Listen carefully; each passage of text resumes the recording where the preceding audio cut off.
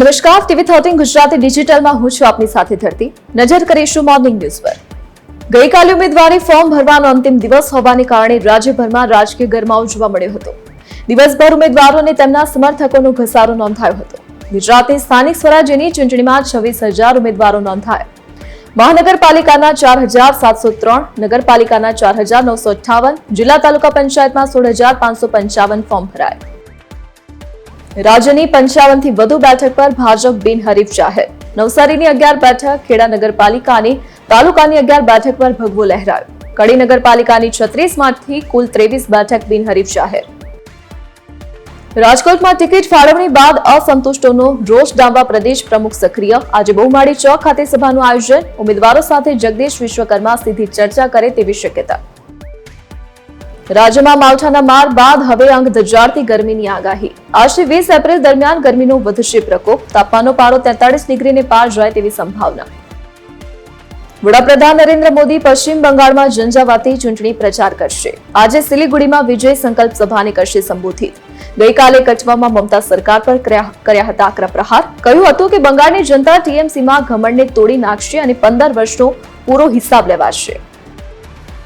કેન્દ્ર સરકાર દ્વારા 11 એપ્રિલના રોજ બહાર પાડવામાં આવેલા સત્તાવાર ગેઝેટ નોટિફિકેશન મુજબ ડીઝલ અને એવિએશન ટર્બાઇન ફ્યુઅલ પરના વેરામાં મોટો વધારો ઝીંકવામાં આવ્યો છે. સરકાર દ્વારા ડીઝલ પરની નિકાસ જકાત ₹21.5 પ્રતિ લીટરથી વધારીને ₹55.5 પ્રતિ લીટર કરી દેવામાં આવી છે.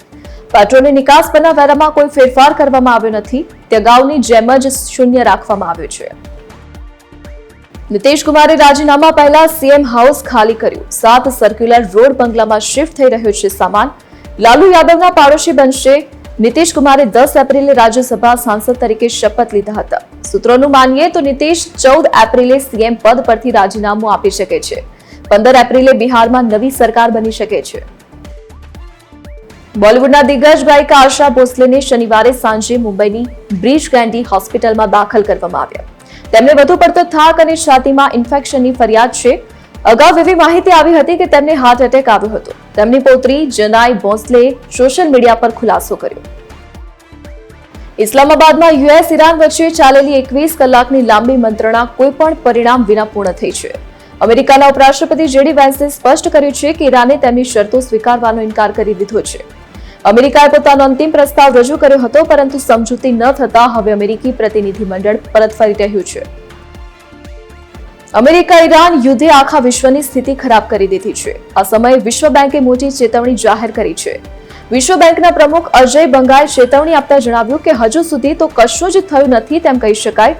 ખરાબ સમય આવવાનો બાકી છે. તેમણે જણાવ્યું હતું કે યુદ્ધ પૂરું થયા પછી પરિસ્થિતિ વધુ ખરાબ થવાની છે. યુદ્ધ પૂરું થયા પછી પણ તેના કારણે થયેલું નુકસાન લાંબા સમય સુધી રહી શકે છે.